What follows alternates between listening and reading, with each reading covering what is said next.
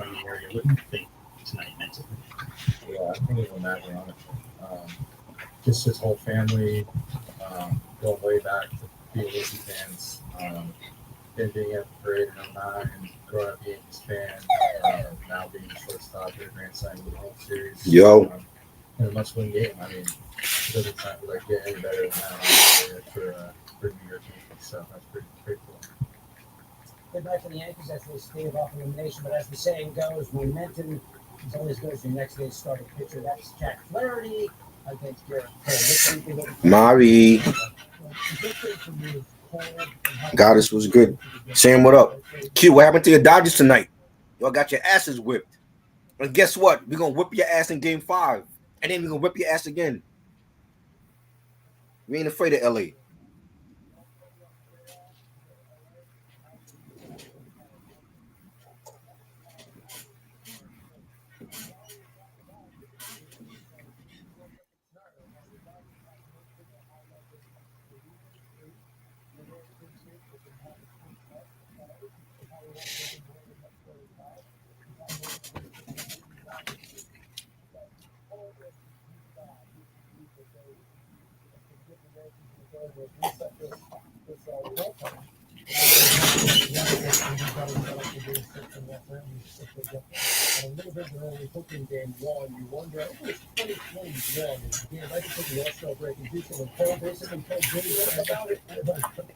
Y'all woke up a sleeping giant now. Y'all better hope Aaron Judge don't get on no hot streak. Y'all better hope Aaron Judge don't get on no hot streak. The MVP. What's good, motherfuckers? What y'all talking about? Baseball still? Hey, the Red Sox came back down 3-0 in 2004 and beat us. So anything could happen. We ain't afraid of LA. They ain't winning no championship here. Ooh. If they're gonna beat us, it's gonna have to be in Cali. Ain't no way in hell they winning that championship in the BX. Fuck no.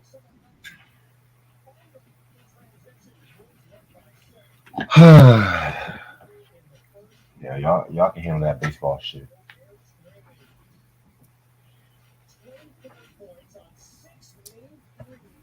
Think your motherfucker taking steroids, Joe. They need to check Freddie Freeman and Otani's piss. The niggas is on steroids. You said who? You said he's on steroids. Yep. Otani good, but Freddie Freeman, he ain't that good now.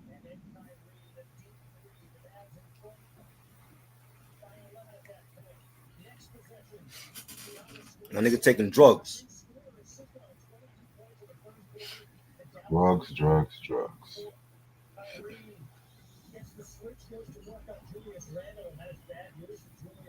You said you're watching Nightmare on Elm Street. Okay, cool. Dallas is front by 2, and it's that same matchup again, and Kyrie's going to put him on skates. 25 of Irving's 35 came in the second half. He really took this game over. The Mavs were in front. I gotta talk to you about some shit later on too. Uh-oh, what happened there?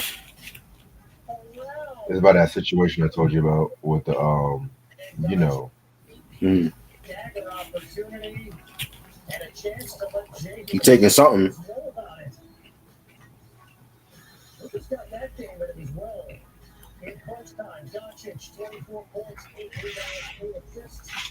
Remember what happened to Barry Bonds once he did steroids? Yep. But he never got caught though. But there was always that rumor. Mm-hmm.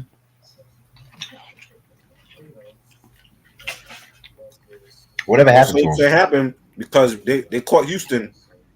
So we never know. Yeah, whatever happened to Barry Bonds? He retired. He had to bury his godfather. Remember Willie Mays passed away this was it the summertime he passed away? Oh yeah. Yeah, that's his godfather.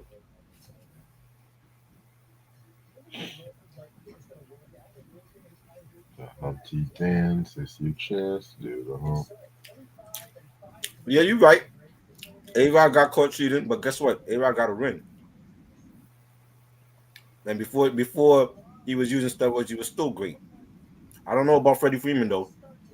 He ain't A-Rod.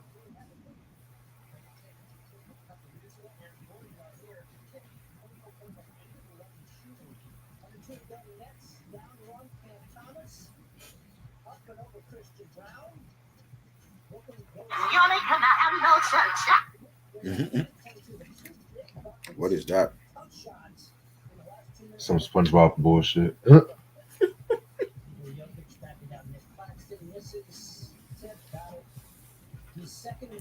If I see Lil Durk's mugshot one more fucking time, Oh my god. Yeah, like this nigga's Nelson Mandela. right? Like he did some shit. He got caught. He deserved to go to prison. Shit, that mugshot traumatizing, dude. Like he's staring at your fucking soul and shit.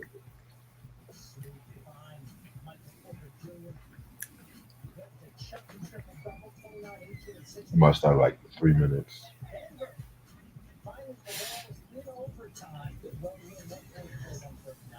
Weird ass.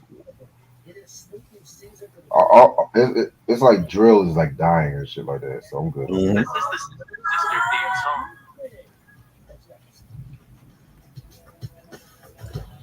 Never liked drill.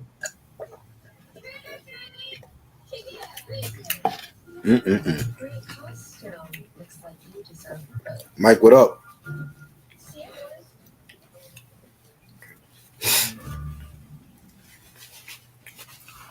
Little twerk. That's what I call him. Who? Little twerk.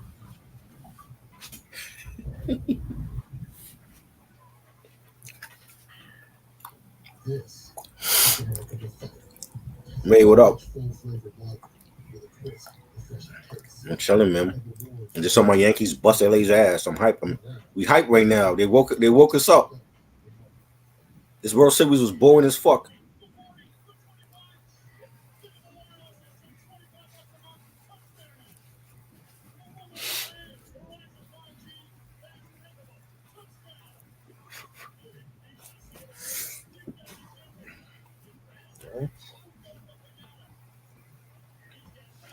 Okay. See, my list is a little bit different from yours. I already know. We'll see. I don't have not every song necessarily is going to be like horrorcore. It's going to be like, if that makes sense. He said Tigers. Hey, they probably had a good season this year. They were winning. They had a good season. No, y'all not coming back tomorrow. Y'all gonna lose. Damn, a lot of business. We're gonna win Game 5, and then we'll go back to LA and bust your ass out there, and then it's gonna be a series. albums came out today. That's what people want to see. We want to see an exciting World Series. We don't see no boring ass series. It was boring, but they woke up tonight.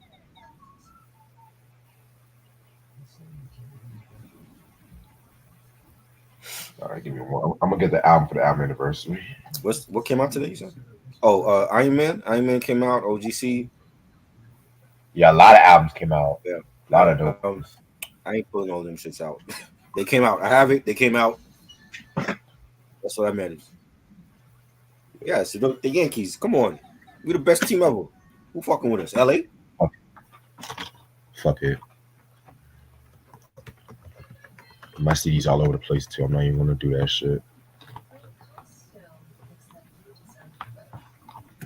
Bro, I have people in California like hitting me up talking shit. I'm like, no, this is not a series yet. When we actually tie it up, then y'all can start talking your shit.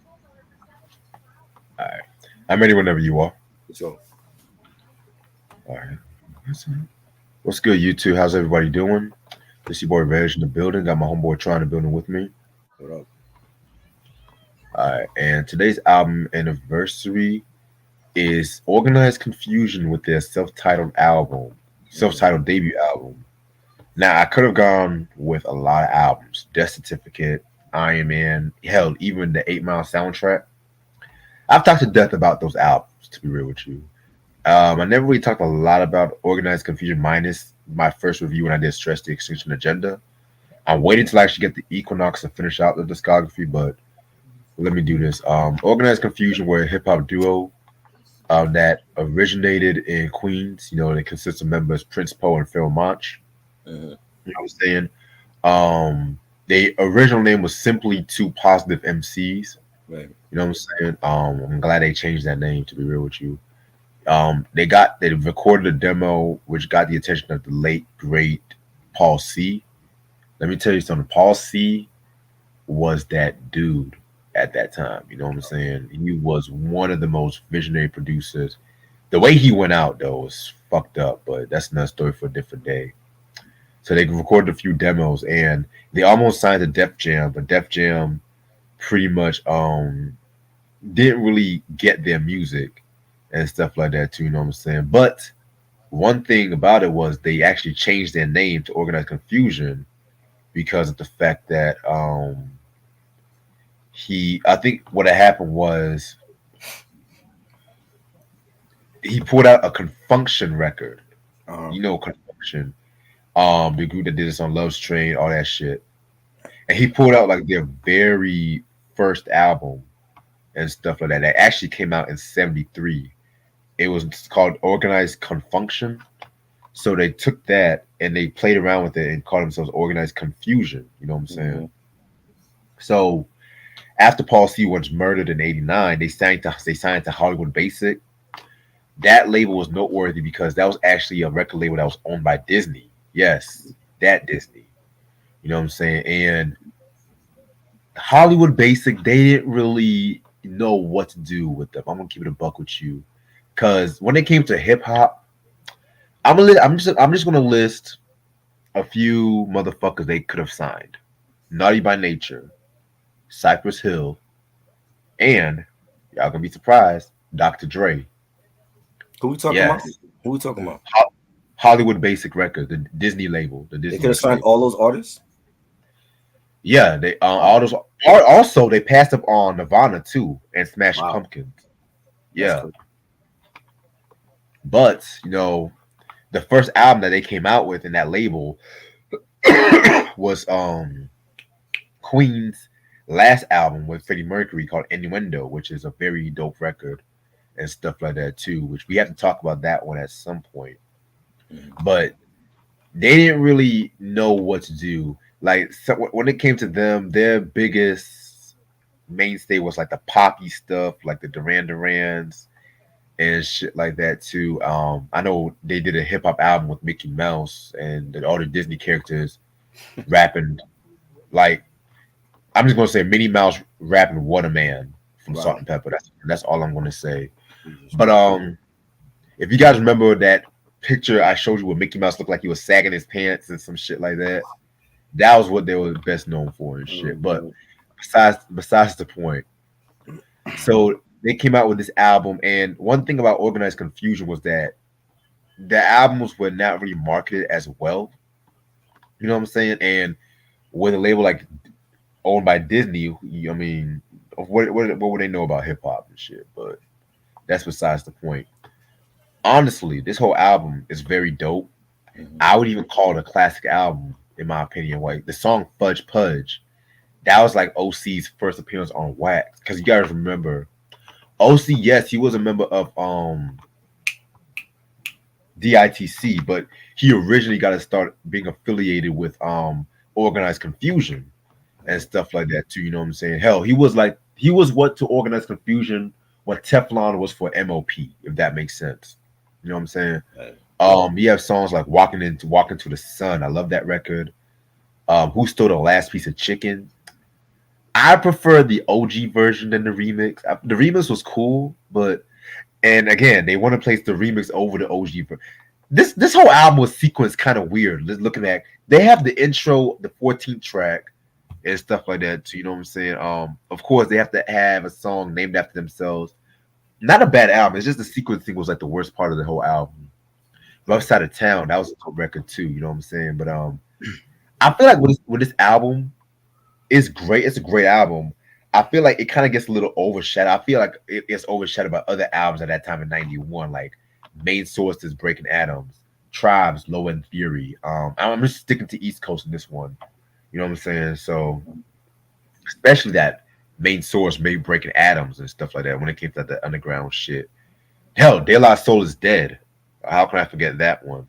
You know what I'm saying? But in terms of my favorite album from them, this might be my least favorite because I kind of put Stress and Equinox over this one. But that does not mean it's a failure. I do have this album in my collection. I just don't feel like getting all that shit out because I don't feel like I can't deal with the CDs falling down. Me trying to pick them up, organize. I have had a long day and I don't want to do that shit. Right. But tell me what you think, or you have any memories listening. I haven't heard this one. I remember when it came out. I know Fudge Pudge from seeing the video, back in the day, but I never heard the whole album though. My introduction to them was Fudge Pudge, and then when Stress came out in '94. Yes, Stress was that fucking album. Yeah, I remember I actually got Stress in Amazon for like $5. Believe it or not. Back in the day. Back before we had Prime, I'm telling you, Yeah, Amazon before Prime was a whole different. Yeah, it was different. Yeah, Y'all know nothing about that pre-Amazon Prime. Talking a penny albums with $2.99 shipping. right. Half these albums I got in my collection I got from Amazon when it was like less than $5. But that's besides the point because that album is mad expensive. All this shit is like out of print and mad expensive now. Yeah, All I'm missing is Equinox. Hell, I even got Eternal Affairs for a cheap price. I think I got that for like $15. see that one I still need. I never bought that one. I know they re-released that on vinyl. If I'm not mistaken, if I find out, I'll send it to you. Right. So yeah, that's Organized Confusion. You know what? We definitely got to review this album at some point. Because you say you never heard this one. I definitely want to Yeah, hear I your never thoughts on this heard the whole album. Yeah. I have Stress and I heard the Equinox. I heard that one. Equinox was way ahead of his time too, in my Definitely. opinion. Like Definitely. that album, it don't even sound like 1997. I agree. But Hollywood Basic, they were once that time they would focus on Insane Clown Posse. Mhm. And I think they were signed to that Disney label too. Lord. Which I have nothing against Insane Clown Posse. It's just that I never really heard a full album from them. I'm gonna be real with you. I know a lot of fans love their shit. I like the fact that they still kept it independent. That's what I've always respected about them. And they have their own lingo, but that's besides the point. Right. Now, the main event. It's Halloween tomorrow. Technically tomorrow because it's the 30th. Okay. Mm-hmm. Yep. So I want to do something different, I don't think we ever did like a horror themed Halloween hip hop songs top 10. So yeah, man. We're gonna do top 10. I'm gonna stick with you. I do have like about 2 honorable mentions though. Okay. You know what I'm saying? My list is not all horrorcore. Mhm. Some songs for my criteria is like this. It's like it has to be either talking about like some dark kind of shit, or at the same time it has to be like some horror, like some shit. You know what I'm saying? So yeah, that's my criteria. So I guess we can start with number 10. Yeah. Number 10 is Dana Dane's Nightmares. Oh, classic. Yes. I forgot to even. I didn't even think about that one. I literally forgot about this joint until I actually was just re-listening to his discography. I'm just like, he did have that song called Nightmares and stuff. Yeah. Now, I'm gonna break it down for y'all because I know people say, "Who the fuck is Dana Dane?" and stuff like that too. Dana Dane is literally the G-rated version of Slick Rick. That's the best way to put it. But to be fair, they were part of the whole Kangol crew, him and Slick Rick, because they were both known for like rocking the Kangol hats and shit like that too. You know what I'm saying? The Ballies. The Ballies, that's correct. Mm-hmm. He came out with an album, his first album, Dana Dane with Fame, in '87. Mm-hmm. Herbie Lovebug was all over that record. You know what I'm saying? And he had this joint called Nightmares, like very, very, very dope song. I do admit it ran a bit too long for my taste. Mm-hmm. You know what I'm saying? Because a lot of those '80s hip hop songs, sometimes they would rap for like 3 minutes, and then the last 2 minutes they would have the beat, giving the shout outs, yada yada yada. Excuse me. But this one was pretty dope too. It kind of reminds me of a hip hop version of Somebody's Watching Me Right. in a weird way. Right. And Dana Dane, he's not the most lyrical MC, but he has charisma, and sometimes charisma can go a long way. Mhm. Now he does. Now, I don't want to keep always comparing him to Slick Rick. You know what I'm saying? Because they both have the English accent. I don't want to always keep comparing them, but his story is a bit more straightforward than Rick's, if that makes sense. You know what I'm saying? Because Rick, sometimes he will tell you some shit, but then he would just go all over the place. But at the same time, it'll still be entertaining as hell. You know what I'm saying? So I definitely would do a review on this sometime in the future. You know what I'm saying? So that's my number 10, Nightmares. Dana Dane. Number 10 for me is an underrated joint. It didn't appear on any album. It's unreleased. This was a song called "See You in Hell Part 2" by Onyx. And originally it was meant to be on Shut 'Em Down in what was that, 97? 98. 98, and it didn't make the cut. And they have like a ton of unreleased songs from the Shut 'Em Down sessions. They didn't make the cut, but it did show up on the special edition of DMX Is Dark and Hell Is Hot. If you got it when it first came out, there was a bonus CD with the album. Yep. And they had freestyles from Ja Rule. They had the joint from Cormega. They had there was the full cooperation from Def Squad when Def Squad was coming out with El Nino. And if they had "See You in Hell Part 2" to start off that bonus disc with Onyx.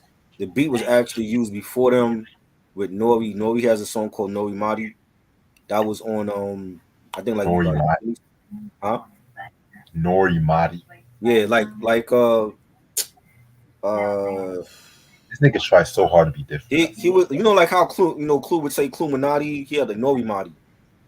Right? He's trying. That was his try hard period, right? But he had released a mixtape or something, and it was released. It was that one is unreleased also, but that came out in 97, but it was released before the Onyx joint. But they used the Nori beat and they were freestyling over it, and it ended up on the Onyx Cold Case Files, like I think it was Part 2. Yeah. That was like a compilation. That was like their lost tapes. Like when Nas released his lost tapes with unreleased stuff from I Am and Nostradamus. That was Onyx lost tapes. Like they have like a series of Cold Case Files with unreleased stuff, remixes. They got the remix for Shout, the Pete Rock remix. That's on there as well. Ooh, yes, that's one of my favorites. So it's on there. But when you hear Fedro and Sticky, it's straight shoot 'em up shit, and just the title of Lone "See You in Hell," has like that hardcore feel, and definitely an underrated joint. I forgot about that joint too and shit. Yeah. My number 9. This one's a classic. DJ Jazzy Jeff and the Fresh Prince. Nightmare on My Street. Now this was on the that's on my list too. Yes. This is on their classic Keys to DJ I'm the Rapper. Mm-hmm. So it's pretty much a storytelling track where Fresh Prince, he encounters Freddy Krueger, who kidnaps Jazzy Jeff and everything like that too and stuff, kind of silly, kind of a novelty, but it's still funny. But this song went through some controversy because it was supposed to have been for the Nightmare on Elm Street 4, the Dream Master, but the producers did not want to. Yeah. Oh wow. Producers did not want to put that there, and to add insult to injury, New Line Cinema, who owned the rights to the Elm Street franchise, sued the duo for copyright infringement and stuff like that too. You know what I'm saying? And they were supposed to have dropped the music video, but they had to shove the music video. It didn't get released till years later and whatnot too. And because of all of this, This is what led DJ Jazzy Jeff and the Fresh Prince not want to do House Party because they were approached to do House Party before Kid and Play, Mhm. but since they were getting sued and Will was going through his own financial issues, they were like, "Why would you want to work for the people who are trying to sue us? Fuck that shit," you That know. makes sense. So once a Kid and Play, and the rest is history.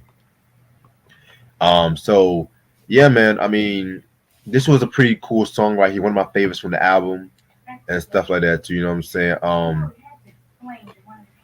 That's why I always tell people to get the original version of this album. Mhm. And when I mean original, I mean the vinyl Mhm. pressing because if you get this song on CD, they cut a lot of shit out just because of copyright issues, Mhm. which is kind of why it's been issues like re-releasing that song in future releases over the years and stuff. I think the last known reissue, if I'm not mistaken, was in 1995. I could be wrong about that.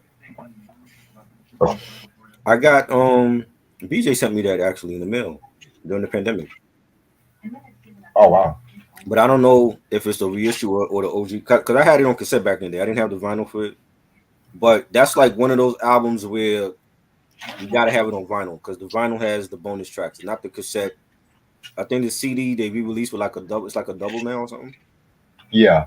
Yeah, but the vinyl is like the official one. So, shout out to BJ for that. That's always been one of my favorites.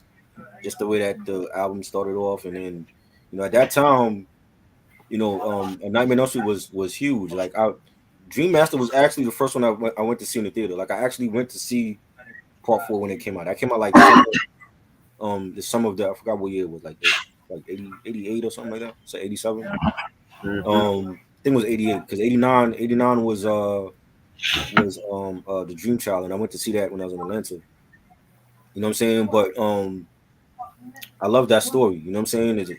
It's a continuation from Dream Warriors, and the only fucked up thing about it is I didn't like the way that they killed off each Dream Warrior, like within the first 10 minutes. Like Kincaid got killed off like the first 5 minutes. The only black guy in the Dream Warriors, and they Freddie started picking off them one by one. But that's always been like one of my favorites, and I love the song. The video, like when you look back at the video now, it's kind of cheesy. You know what I'm saying? Because Yeah. it wasn't.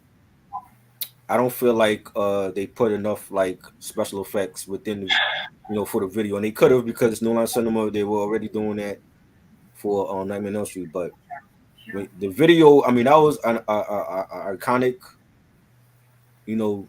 thing to happen in hip hop at that time. But you look back now, the video was kind of cheesy, but I love it though. It's definitely one of my favorite Fresh Prince records that nobody talks about. You know what I'm saying? Number 9, we got a record that just celebrated an anniversary. I want to say it was either yesterday or day before yesterday, and it came from an iconic classic rap debut album from Snoop Dogg. Murder Was the Case. This is the actual DVD.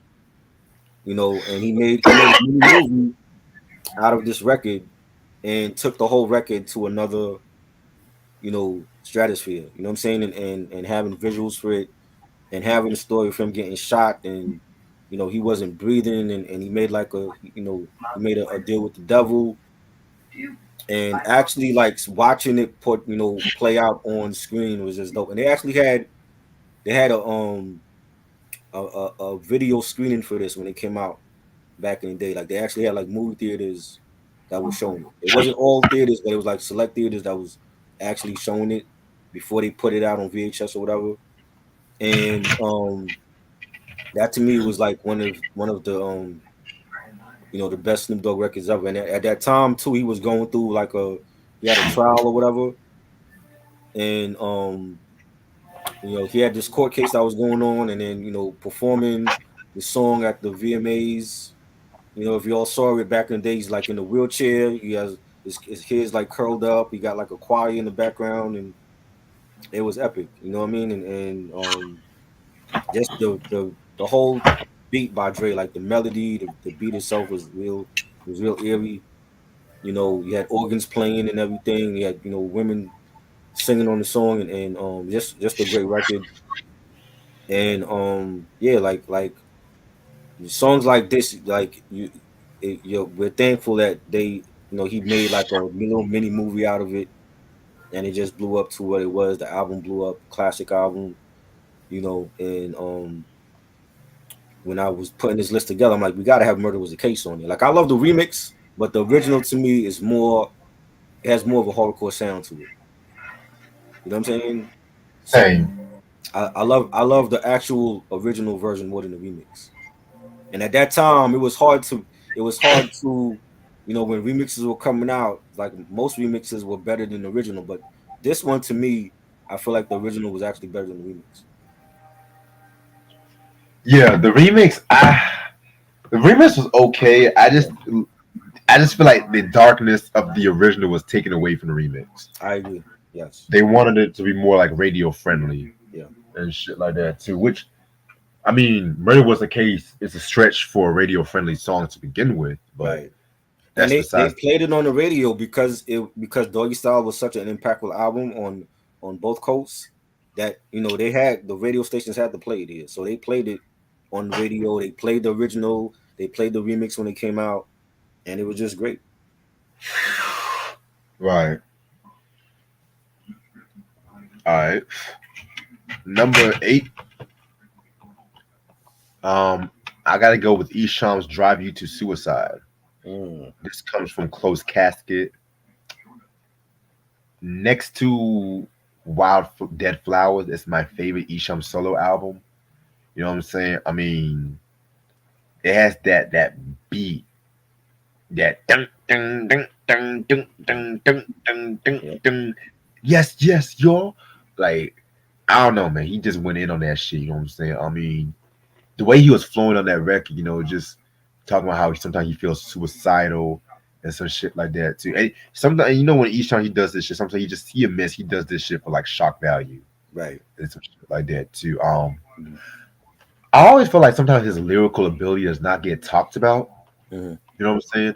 I'm not saying he was the most lyrical at the time, but he definitely had like a dope style and again charisma too. Yeah. You know what I'm saying? I mean, first of all, fuck Chance the Rapper for jacking the ass rap name. I just have to say that right now.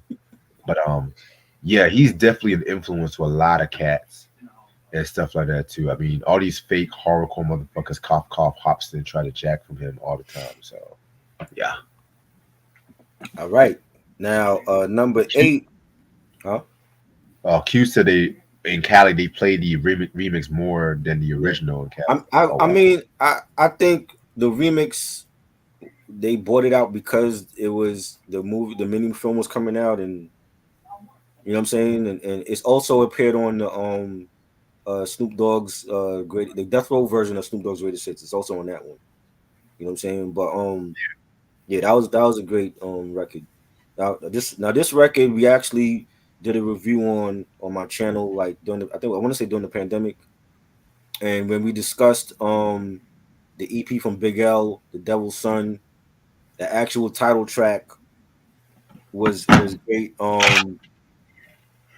It didn't make the cut on Lifestyles of the Point of the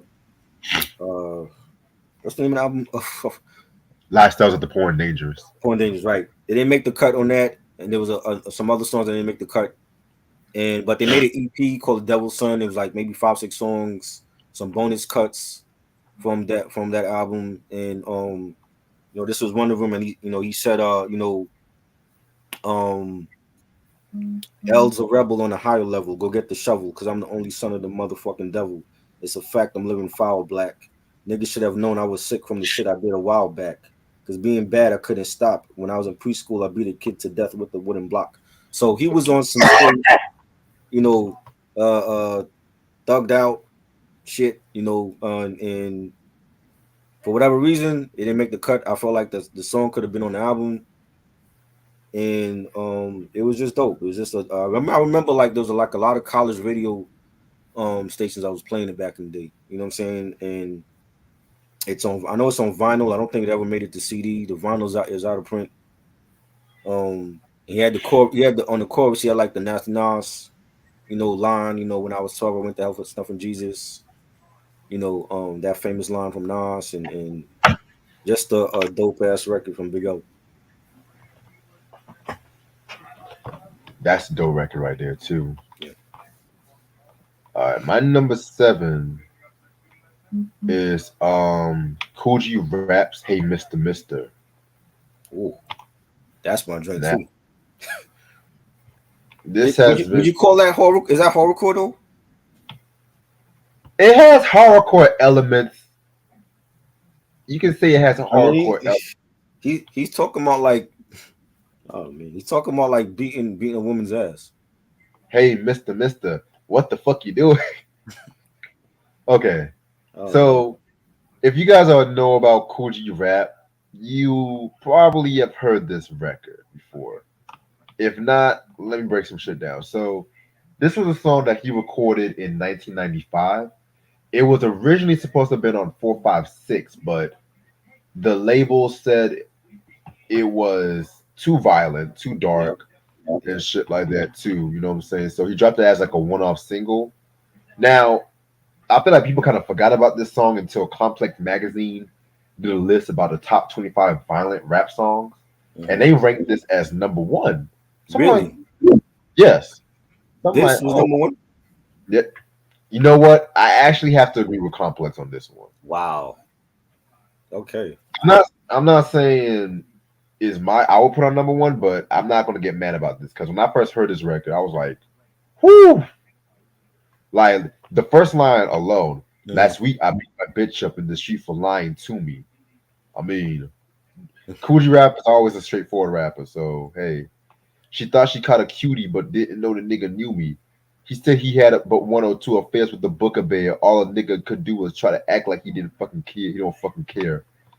This song was like very controversial, of course, because he's talking about whooping a girl's ass and some shit like that too. You know what I'm saying? I don't suggest the females that's especially the females that's been on it. I don't suggest females listen to this song because he is talking about abusing a woman, and somehow that manages to be on the horrorcore list. I don't know.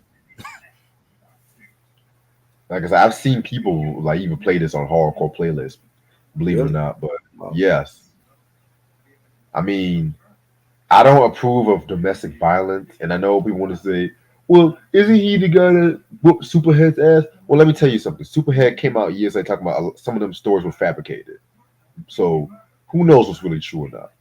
And there's actually an interview where she actually did say that shit. By the way, shout out to Eric for actually copying me that book. By the way, thank you so much. But yeah, I mean, this song right here. I mean, plenty of people might be surprised it's not my top 5, but I found 6 crazier songs. Believe it or not. Hey. Rashawn got a good one. He said X Coming For You by Ooh. DMX and Dead Girls Realm by Horrorcore. I never heard of the Dead Girls. Who knows? I never heard of Dead Girls either. But X is Coming For You.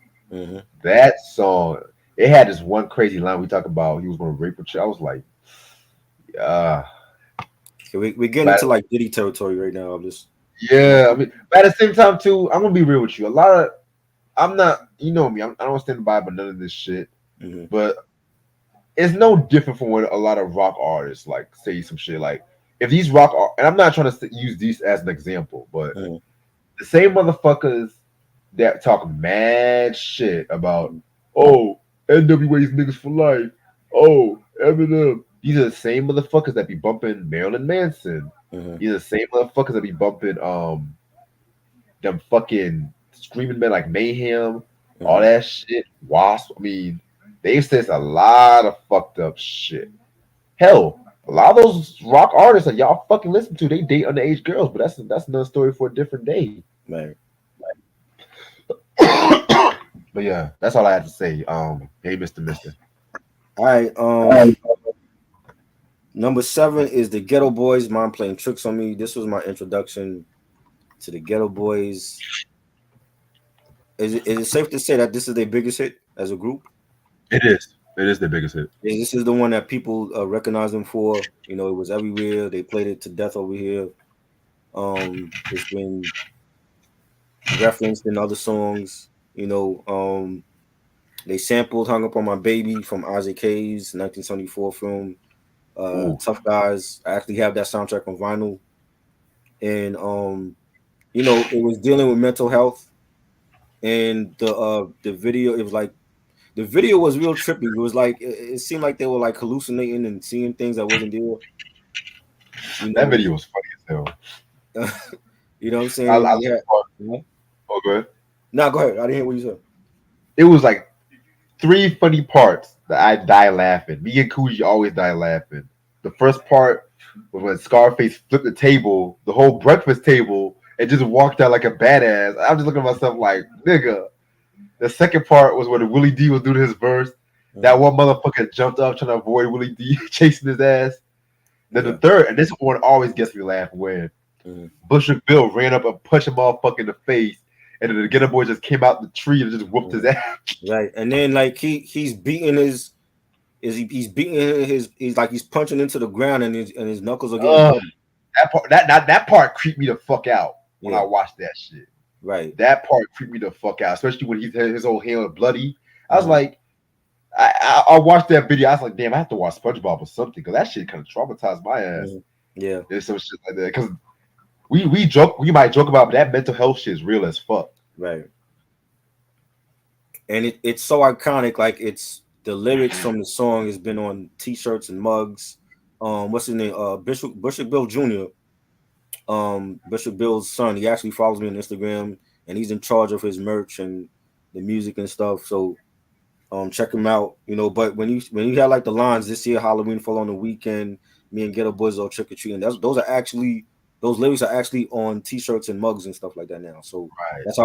that's how iconic the song has been, and I think it's a classic song. And this, I didn't even know they were from, Texas at that point, but we didn't care because the song's just dope. You know what I'm saying? And definitely they Houston legends. You know. Right. Two things I was gonna say. It's crazy 'cause that song was originally supposed to be the Scarface solo joint too. Right. That's crazy. Mhm.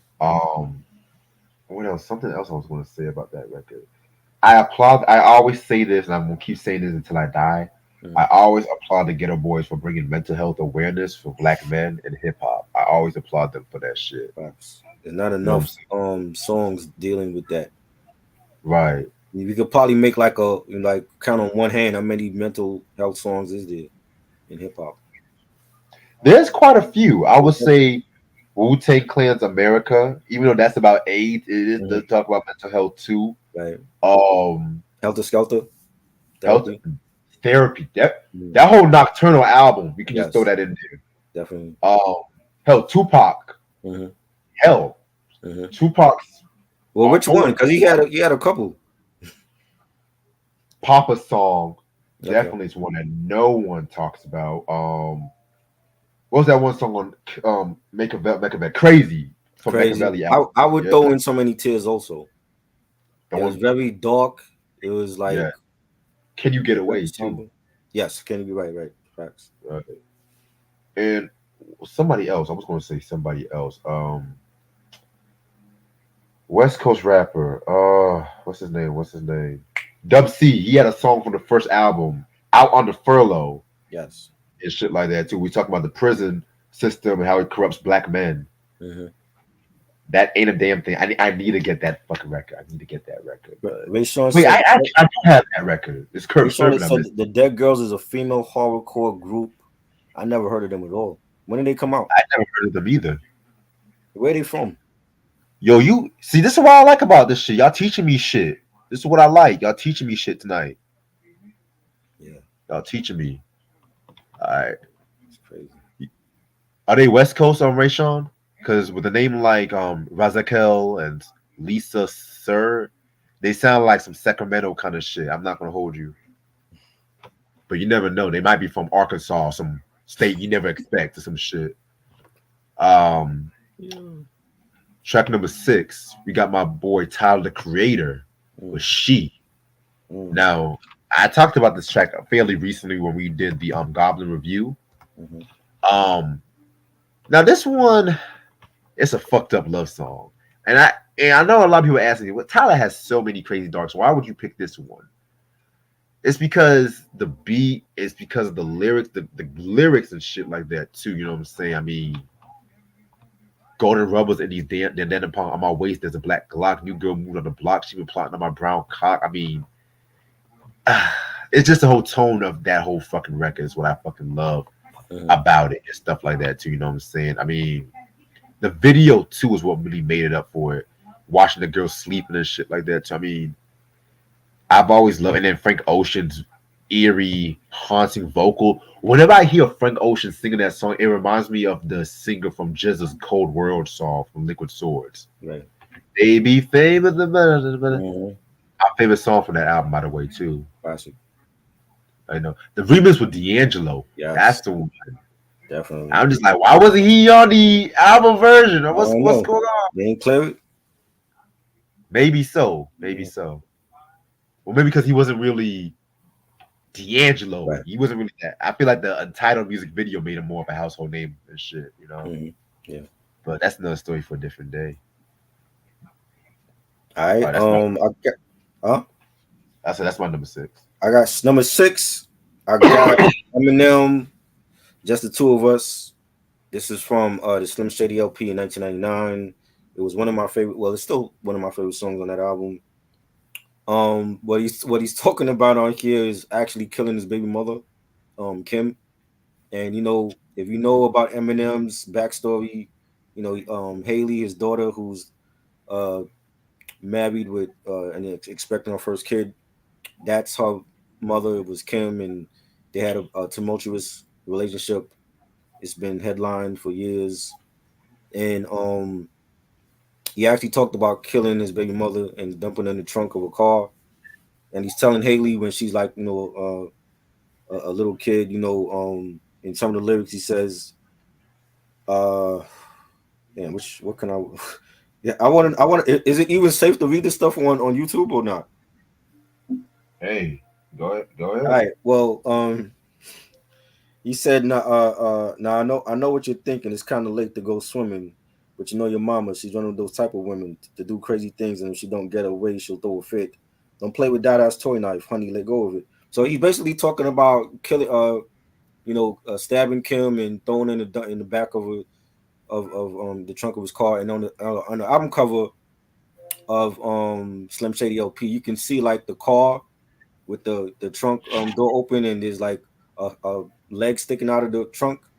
So I'm assuming that was Kim. And this is not the first time he's talked about killing his baby mother. He's done it. I think he did that on Marshall Mathers LP, and you know, there's other songs he talked about killing his baby mother, and you know, it was disturbing. Like the lyrics are disturbing, but when you hear it, it's like the beat don't even go with the story because the beat is like more of a smoothed out type of track, and when you hear the lyrics, it's like he's like, talking about killing his baby mother. You know, so I'm going with that one. I was gonna pick. There was another Eminem song I was gonna pick, but I said I'm gonna go with this one because this was like one of my favorites from Slim Shady LP. Yeah, that almost made my list too. Yeah. Alrighty. Number 5.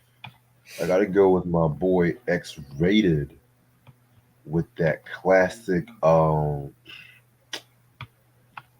That's How My Trigger Went with Brother Lynch Hung and 6. You know what I'm saying? X-Rated is we recently talked about him recently and stuff like that too, you know what I'm saying? We did a review on the Psychoactive album, which I feel like it's a hardcore classic and stuff like that too. It was pretty much the story with that album alone is crazy. I mean, so before the album got released, he was arrested with 4 other cats after the murder of like a murder of this lady named Patricia Harris. And if you see the album cover, the gun which he's pointing his head at in the album cover, that's the same gun he used to kill the girl, the mom, and stuff like that too. Wow, crazy! I know we talked about his album, right? Yeah, a couple months ago we talked about it. Yeah, that was the same dude that did something happen with his son? He molested his son or something like that? No. That was That was 6. Oh, okay. But yeah, So this one, what do you do?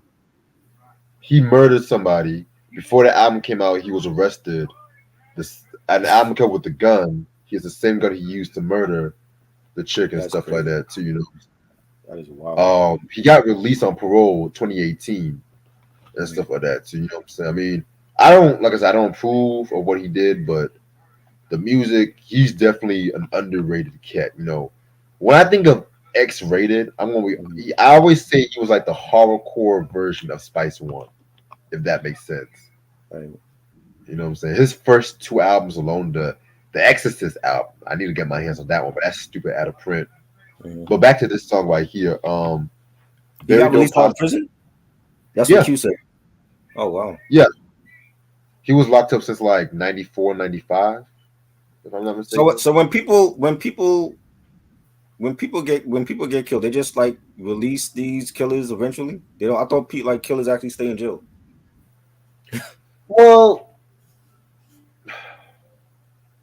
sometimes it depends on like where you're located and stuff like that. Because maybe they try to like parole him and stuff like that for years, just denied. But then I'm guessing if you stay at a long period of time, they would say eligible for parole at such and such years, stuff like that too. I mean, I've never committed murder. I've never done any of that shit. So yeah, but I'm just guessing. Right. But at the same time, you know, I don't, because he was sentenced to 31 years. Mhm. And stuff. Yeah. Let me see the year he was actually locked Well, up. yeah, that would be. I mean, if he got convicted in 91, yeah, that would be like this amount of time. Hold on. Yeah, 92. 92. And then he was recording the Exorcist album like 94-ish, but he was recording it from the jail phone. So that's why if you listen to it, it's some of the mixing kind of sounds a little muffled, but it still fit. It still has like that dark, gritty sound and shit. You know, ironically now he signed with Brother Lynch Hung's Strange Music label and shit too. So you know, and it's crazy too because what I did not know, I recently knew today, was that he actually met the Menendez brothers while he was locked up. And pretty much he wrote a letter trying to say their support for the Menendez brothers too, and how they looked out for him and stuff like that. Why does everyone want the Menendez brothers to be released? That Netflix. Well, you just said it. You just mentioned Brother Lynch because I wasn't putting him on my list. Well, Brother Lynch is going to be on my list. So you got Brother Lynch. Somebody mentioned Esham. Somebody mentioned Esham on here. Wait, we getting ahead of ourselves. We getting ahead of ourselves. They didn't make my list. I'm sorry. There's so many artists. We might have to do like a part 2 of this. They didn't make my list. Yeah, we can do a part 2. ICP, I don't listen to them. They wouldn't make my list anyway. Yeah, you can tell. I can tell he's an ICP. He's a juggalo and shit. So I'm not into ICPs. They wasn't making my list. But that's what I have to say about X-rated. All right, dope rapper, but yes. Well, number 5. My bad. We up to top 5 now. Okay, number 5, a rapper that is making my list. Very underrated. Necro, severely underrated, severely slept on. And when it comes to his production, I love his boom bap production. Very morbid. Very, it has that horrorcore sound. His lyrics, very controversial. I'm going with Your Fucking Head Split and a Necro, one of those early Necro classics. And the beat was fire, and the lyrics. I hope you don't get flack with this, but the lyrics are like very crazy. He says terrorize your whole clique, make you suck on your own tits and spit the cancer out. Grab a Glock, call me Sir Manson a lot. Blow your brains on the seats, varicose veins on the streets. Cocaine dust and weed kill you slowly, so must you bleed. So those are the type of lyrics he was on. I love Necro. I think he's highly underrated. He's still dropping heat. But I'm going with this record because this was like one of my like early Necro joints that I heard when I started listening to them. So Q said, I heard the Menendez brothers going to get released from prison. Yeah, I might as well just release Suge Knight at this point. No, you know what? God forbid, if Trump becomes president, just release all the motherfuckers who was wrongfully incarcerated. Yeah, Because how is it that criminals can't even vote, but then you have a criminal running for president? I don't understand that. exactly. I mean, How is that I don't possible? care. I mean, I don't even care for either candidate, but I don't really give a fuck. Somebody got to Fuck get 'em. in, right? I wanted Bernie Sanders for years, but no, y'all want to Biden, y'all want Trump. But you know what? Let me not say that shit because this video's already scary enough as it is. Um, number 4 is the Ghetto Boys with Chucky. Now, this is a classics. And if you guys see the thumbnail, I had to put my boy Bushwick, the late great Bushwick Bill, with the Chucky doll and shit like that. And this was actually ghostwritten by Gangsta Nip, an album that we were supposed to have done last week, but that's gonna come very soon and shit. Um, and they were watching Child's Play and stuff like that. And he was like, you know what, Bill, I'm gonna write a song for you called Chucky. And you know, that's like the perfect Bushwick Bill song. My probably my favorite solo Bushwick Bill song too. I love the line where he said, "Motherfuckers beware, cause I'm sick. Dead heads and froglets, cake mix. Friday the 13th, the night of the living dead. Vampire arms walking around, giving niggas head. You know what I'm saying? Crazy shit. Rest in peace, Bushwick Bill, fucking legend. All right. Track number 4. I got. Now we did a review on this album a couple years ago. This was not a. This was not a great album from this artist. You know, after the 2000s. But this is one of my favorite songs on this album. It's Busta Rhymes with Bad Dreams from the Genesis album. Not a great album, Oh god, but the last song on Genesis, I loved it. It was a storytelling track of Busta Rhymes. He's sleeping in the middle of the night. He wakes up. He had a bad dream, and he dreamed that he was fighting the devil. And this was something different for Busta because he's never done a hardcore type of song before until now. And you know, it sounded the even the beat was eerie. You know, he had like some organs playing in the background. The when he had like a conversation with the devil, and it's like when you hear like the devil speak, it's like a real dark and scary voice that's talking to him.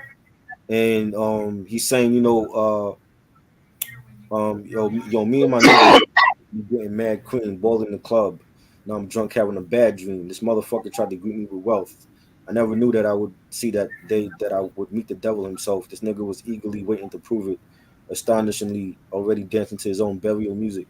So he's having a dream of you know, fighting the devil, and you know, it's like a classic tale of good versus evil. And I love that. Again, like the album wasn't great. I mean, he still had some big hit records on there. Break Your Neck, produced by Dr. Dre. He had I think Pastor Cavassier was on that one, if I'm not mistaken. It was that album, right? yeah. And you had the joint with Khalees, what it is, yeah, Buster, what it is, that joint. Oh And this god. was like the last track on the album, and I think it went under the radar because a lot of people didn't like the album, you know. But I thought it was a great record, you know, for like, you know, had like that hardcore sound. So I was not expecting that one. yeah, it's been one of my favorites. Like I said, like the album wasn't great, but that's one of my favorites from that album. Definitely. All right. Next song is Gravediggers, Nowhere to Run, Nowhere to Hide from 6 Feet Deep. Yes. This might be a lot of people's favorite horrorcore acts. I've known people who don't even listen to hardcore music, they listen to Gravediggers. You know what I'm saying? I mean, like I said before, this is not a Wu-Tang group. It's not a Wu-Tang group. It's a super group with, Right. you know, cats from different labels already established and whatnot too. You know what I'm saying? I mean, I always love this record. I feel like this might be the best song, the best verse RZA has ever done, in my honest opinion. Well, yeah, he definitely ever done because he did the first and the fourth verse and shit like that too. You know what I'm saying? Yeah. I love the line when he says, "Here comes the drastic." and then try to throw in the protect your neck, then high psych, attacking. I'm wrapping your bastard, now prepare your casket. Death is the final step when y'all sleep to intercept the rep of the brother who has kept. See, we need that Resurrector. Resurrector Yeah. is my favorite RZA. But that was a long time ago when he was basically broke. He had the afro. He had the gold fangs at that time. That's the RZA that a lot of people love, but he's not that RZA no more. He's Hollywood. He's done scores with Quentin Tarantino. We're never gonna get that RZA again. Hey, you never know. You never know. But still, it's just like this is just a classic hardcore record. All right. Number 3, I got a song that you mentioned already. A Nightmare on My Street, classic. I love the Nightmare on Elm Street franchise. Robert Englund, classic. Horror icon. The song was great. You know, so I'm not gonna spend too much time on it. Okay. Number 2. I debated which song I wanted to put from this group right here. You know what I'm saying? But I gotta go with actually no, scratch. I'm gonna go with Brother Lynch Hung, but it's gonna be the return song with X-Rated and 6. Hold on, let me put up the full title here for a second. It's called Return of the Living Dead. I think that's a song. Double check.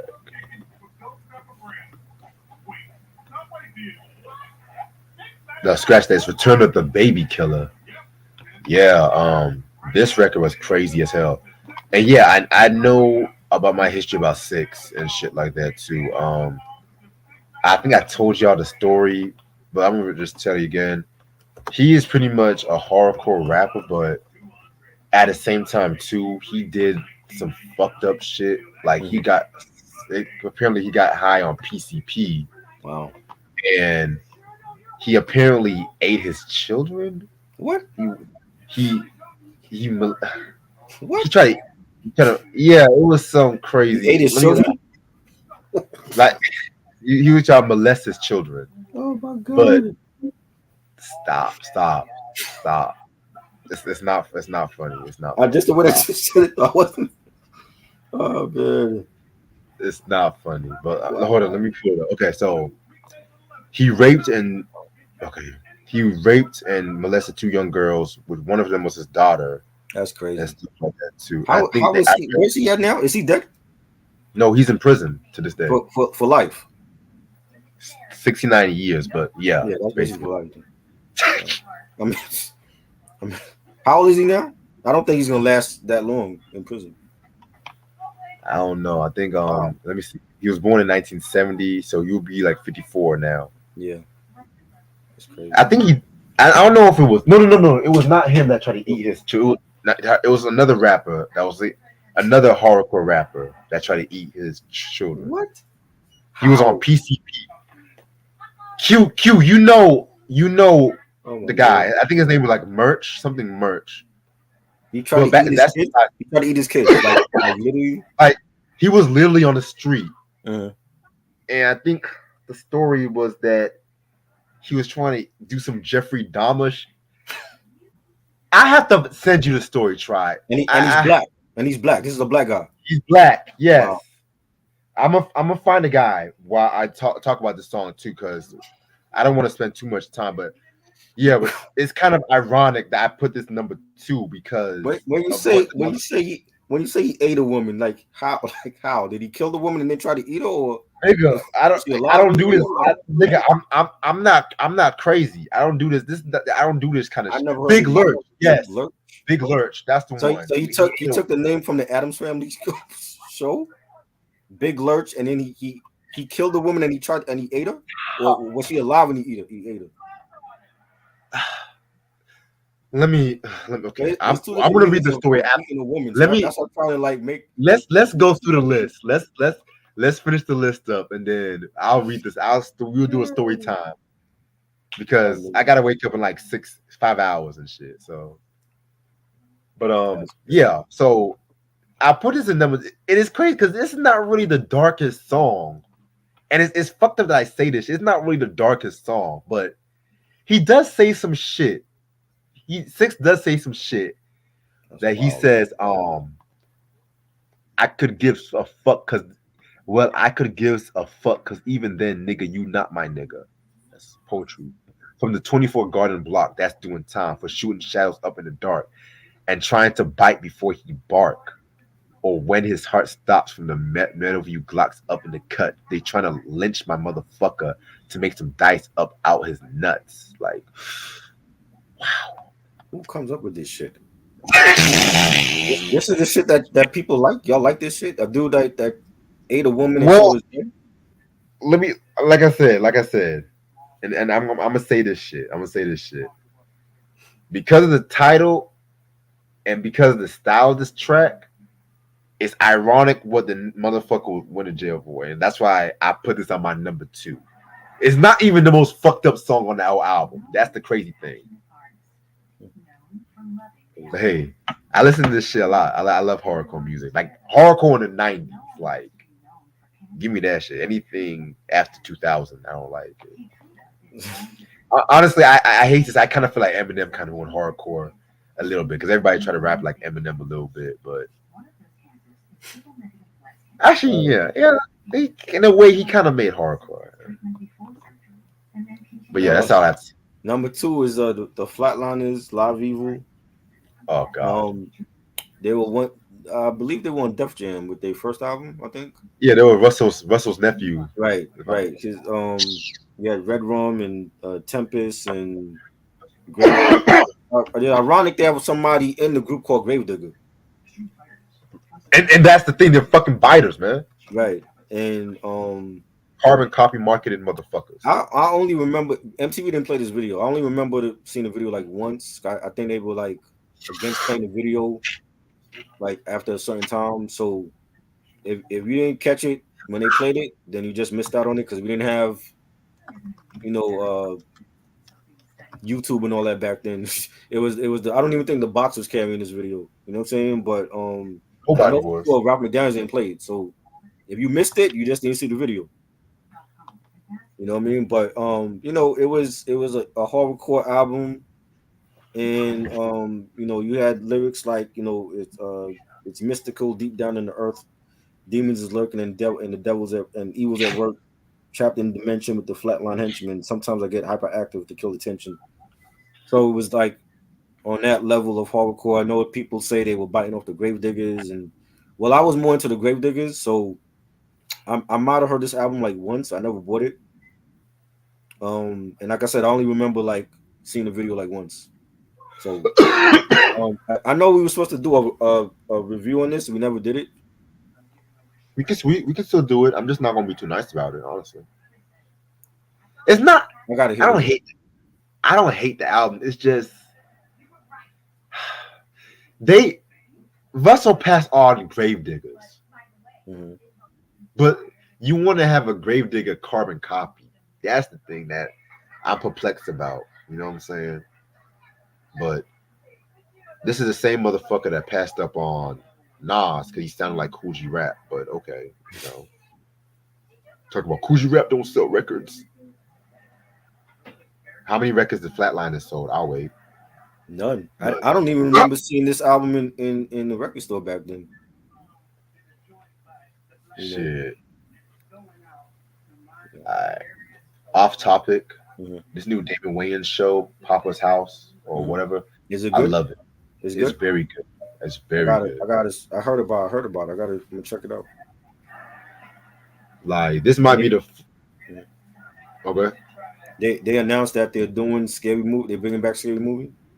They should just let that shit fucking die, nigga. Well, you know what? I think they can actually, without rebooting it, because there's no need to reboot it. They can bring it back and just do all new parodies on. Because look how many horror movies came out since the last Scary Movie.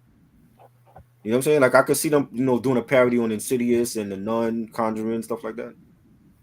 Terrifier. Yeah. I just never really been a Scary Movie guy. Believe it. I like the first two I went to see. I went to see the first two in the theater. It was hilarious. Then it got stupid along the way when they started making fun of Michael Jackson and shit like that. It just got stupid. Yeah, because Harvey Weinstein was too busy stealing their franchise and raping women and stuff like that. This is the No. most I've seen rape in a Yeah, video. you all got that too. Let me stop saying rape in this video. Yeah, you're gonna get flagged. No, I've said worse on this Okay. channel. I don't give a fuck. Tomorrow morning, you're gonna see like there's no red reviews at all in words. Like they just. Chill out. Don't do that. Don't do that. Don't do that. Oh, good. I still got some dope shit coming out. Mind you, I said clip before on this channel before, so hey. Wow. And I just said clit and tits in the same verse. So Shit. At least I'm not stripping myself on fucking live right now, which at least I'm not doing that. I should give me credit for that. that's good. Hopefully you never do. Yeah. Alright. And my number one and the most darkest hip hop song, I gotta go with Nodis with Sunday School. Now, There you go. Somebody asked for Isham and Nardis, so you got your wish. now, this is the greatest horrorcore album in the history of hip hop, in my opinion. The Do You Believe in God? Like the album cover itself is like the Jesus and the Jesus hanging upside down. It's like crazy. Like 1990. I remember when I saw that album cover when I was a kid, and I just thought that was like the most eerie thing I've ever seen for my fucking life. Right. And when I say this is the greatest horrorcore album in hip hop history, I am not exaggerating. Like this whole album was groundbreaking for the time and everything like that too.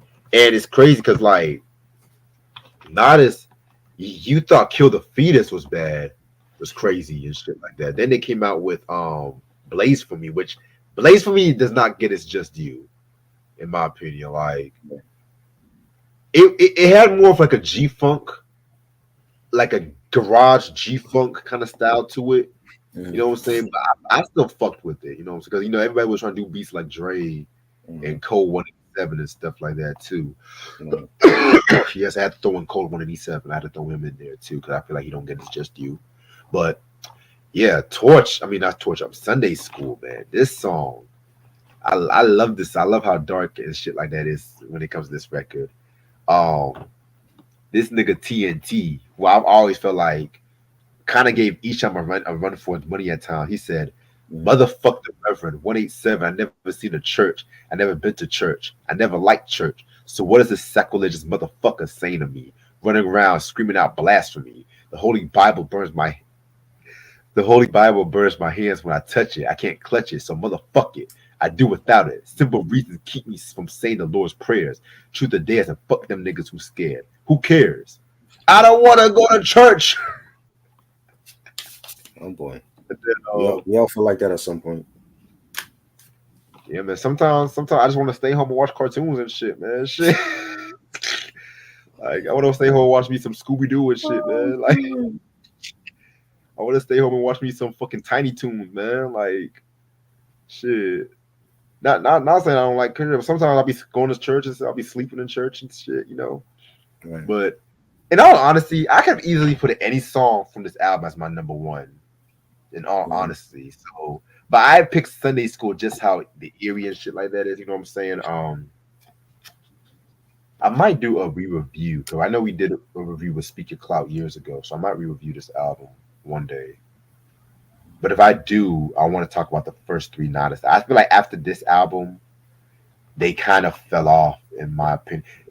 In my opinion, like Isham after the Bruce Wayne album from '97, I was like, yeah. He just got less horrorcore. Like you could probably say that with Wildflowers, but Wildflowers, he went in. That's lyrically his best album, lyrically. You know what I'm saying? But yeah, nigga, I know about my Isham too, y'all. Juggalo, I know about my Isham and shit. So don't fuck with me.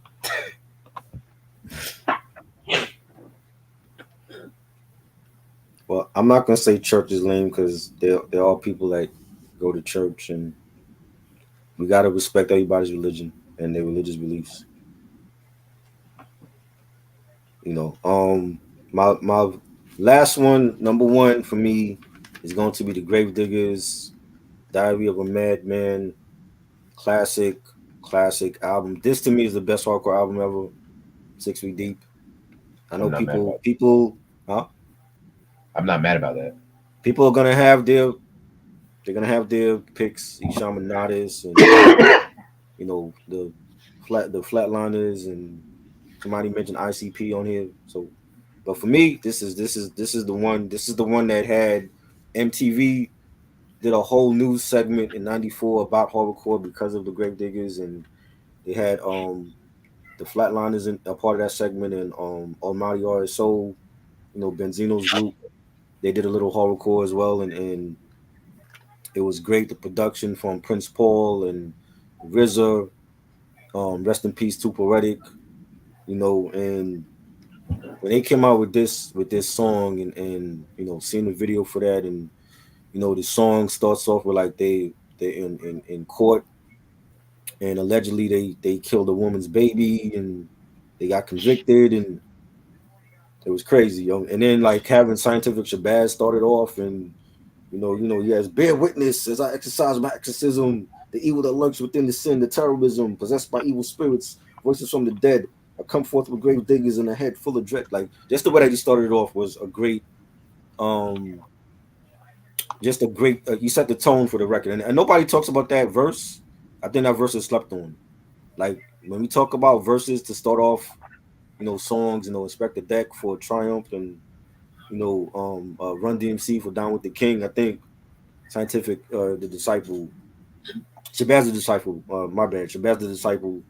I think his verse was great for this record, the way that he started it off, and you had Killer Priest was also on this as well, and it was just a great record, and the beat was haunting. You had like, really eerie sounds on it, and the pianos, and I loved it. Just a classic record all around, classic album as well.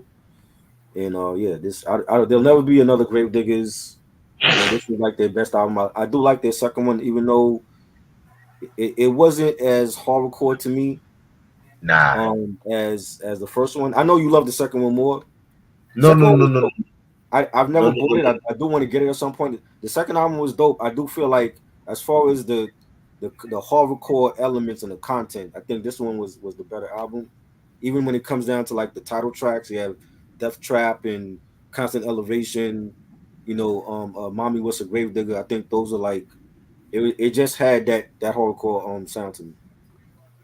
Yeah, I've always loved the first one more than the second one. Oh, you like okay? I thought you liked the second one more. Somebody told me they liked the second one more than the first one. It might have been Gervais.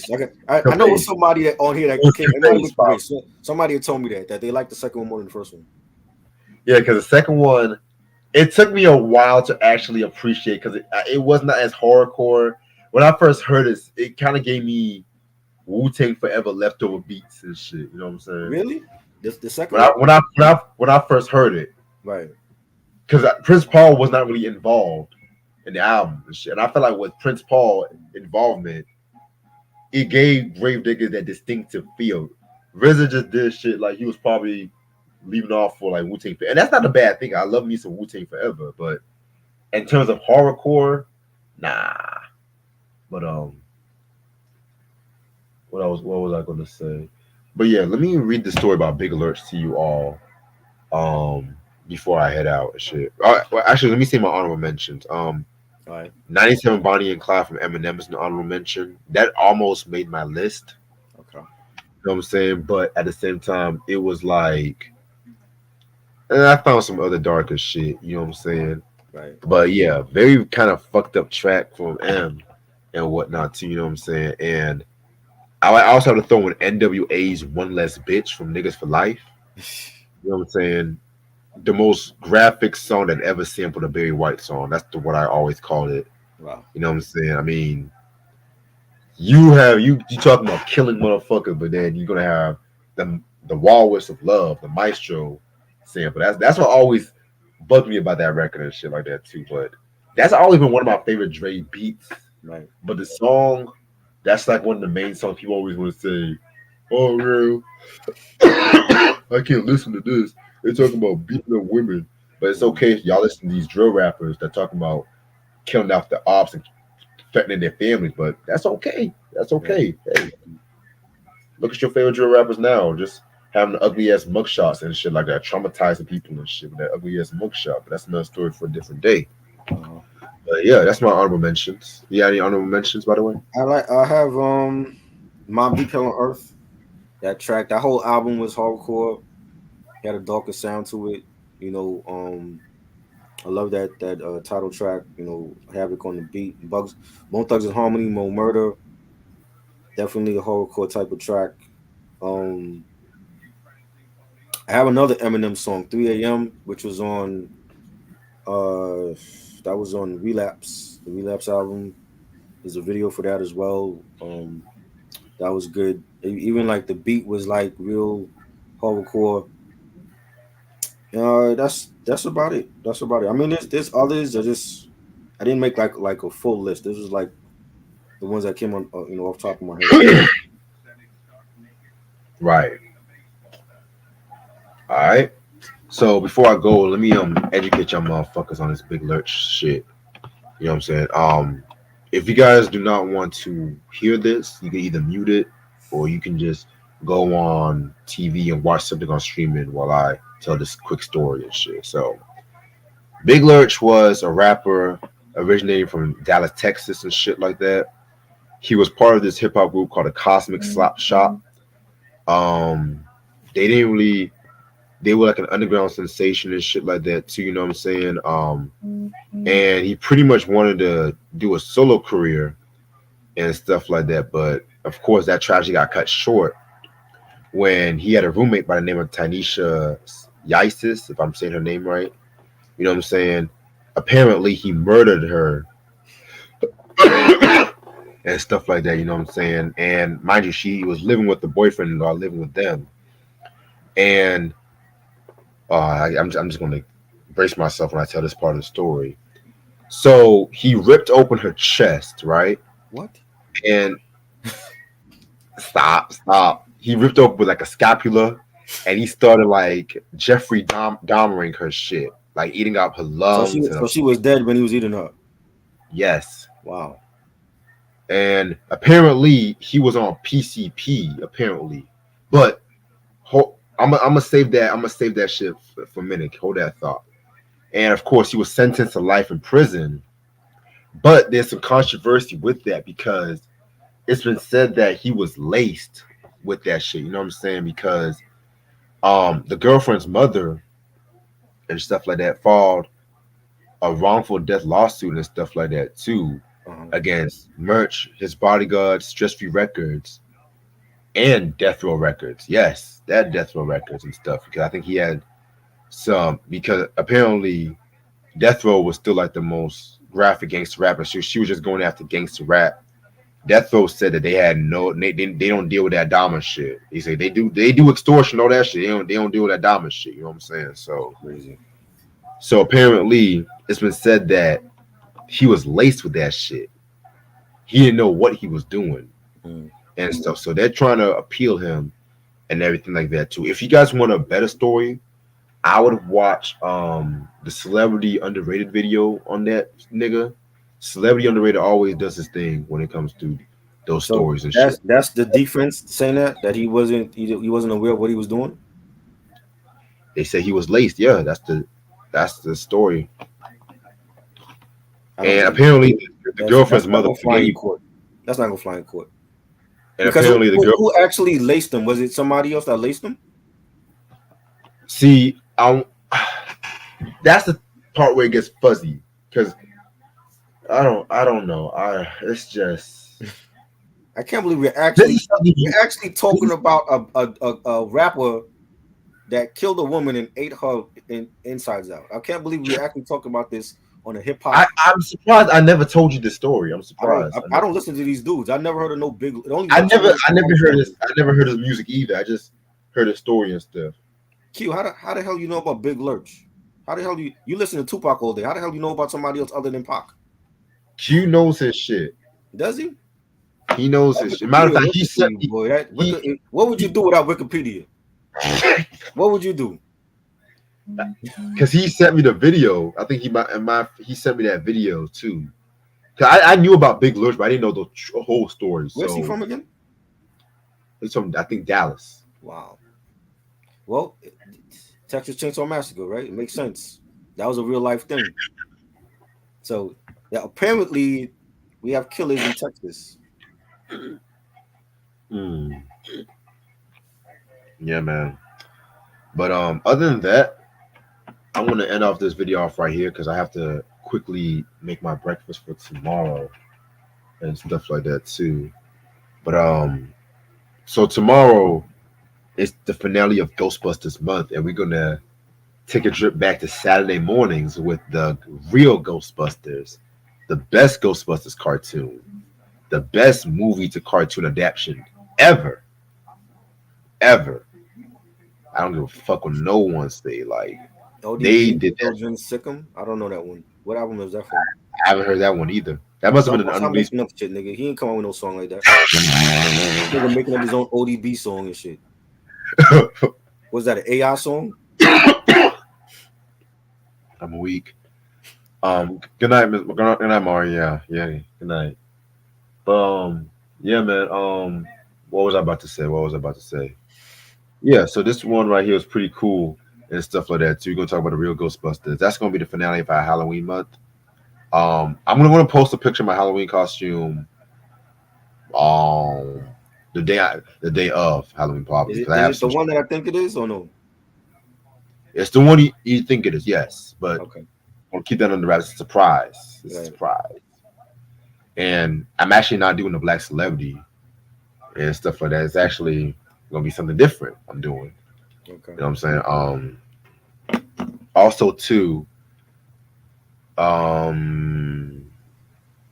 so next week I will pretty much work overnight, literally almost every day next week. Mm-hmm. So that means I got to do a reviews a bit earlier. Right. All I'm gonna reveal next week is that we're gonna talk about the Boondocks, the cartoons and shit like that. Ashley's gonna join us for that one. You know what I'm saying? Ashley's coming back. Okay. Yeah. Wow. We're also gonna do an R&B review with her too, but I'm not gonna reveal that album yet because it's an album that she actually requested me to do years ago, but Yes. she actually recently got the album a couple months ago, so it all works out there. Damn, this daddy that's just shining. Shit, okay. All right. Yeah, it's just blinding my ass. I was like, God damn. You got a daddy chain. I need a poppy chain now. I need a poppy chain. Are you trying to copy me and shit?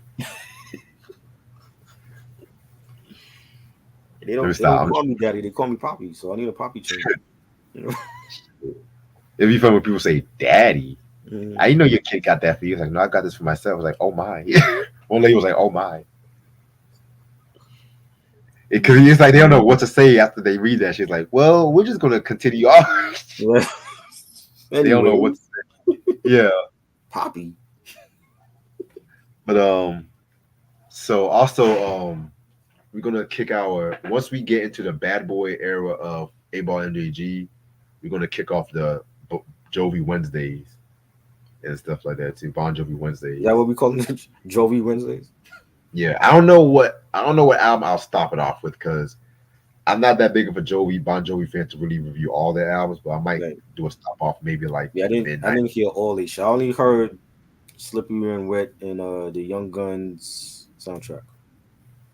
Oh, you missing out. You're missing out. Apparently. So I might what I might do is the glamier albums, or I might just do that as a general review because the faster we can get to slippery than wet, the better. Right. That does not sound right in my head. That sounds like that does not sound right in my head. That sounded so good in my head, but when it came out, it was just like, wait a minute. Okay. But anything you want to say before we head out? Tomorrow we're doing Bram Stoker's Dracula movie review. Me and Mike. That's gonna be 11:30. Classic Dracula film, my favorite. So look out for that. Reg, you're more than welcome. Ray Sean, if you saw the movie, you're welcome to join us. First time I'm talking about it. So okay, so you say y'all doing that at 11, right? Like Mike gets off from work at 11, 11ish, 11:30. I don't know that ODB song, bro. Children Sick'em, I don't know that one. Was that on the second album? I don't remember a song like that on the second. I don't remember a song that dark on the second You album. making shit up. You making your own ODB song. I So don't remember okay, that. okay. So damn. So that means I gotta do the real. What are we doing tomorrow again? The real What's Ghostbusters. What time we doing that? Because I want to do that. Let me Wait, think. Mike can join us for that, right? I can ask him, but I know he's gonna be working because Ray okay. Sean's joined us. Ray Sean joined us for that. Oh, we should have joined us. Okay. Yeah, we could probably push 8 o'clock. Okay. I could probably push 8 o'clock. Cool. I just gotta make sure I do my deliveries. Actually, you know what? Because we're not gonna be that long with that. I can do my deliveries. We're not picking out like our favorite episode, which is the anime. Oh, we are. Yeah. We'll be. Is this the one with Slime, or is this the other Ghostbusters? It's the one with Slime, the Okay. one with Slime, not the Filmation one, Okay. not that bullshit one. But yeah, that one should be no longer than an hour 30. That way I can make sure you get ready for your shit. But I'm ready now. Like I know the movie by heart. You know what I'm saying? It's not gonna be like a 2-hour review. Like I know the movie by heart. You know, I know my favorite scenes, and you know. yeah, I recently just started watching the cartoon again and shit. Like I forgot how great that show was and shit like that. You know what I'm saying? That top 100 cartoons list is coming very soon, y'all. Coming very soon. I think But, I finished my list like over the summer. I didn't even start my list. Oh wow. Yeah, I was too busy working on some other shit. Because I'm behind on some projects too. So it's like that's all on me. But probably like December, I'm thinking. I don't know yet. I don't know. I might push that to 2025. I don't know yet, but I'll think about it. But other than that, thank y'all so much for watching. Appreciate this try as usual, and I'll see y'all niggas later. Peace. Peace.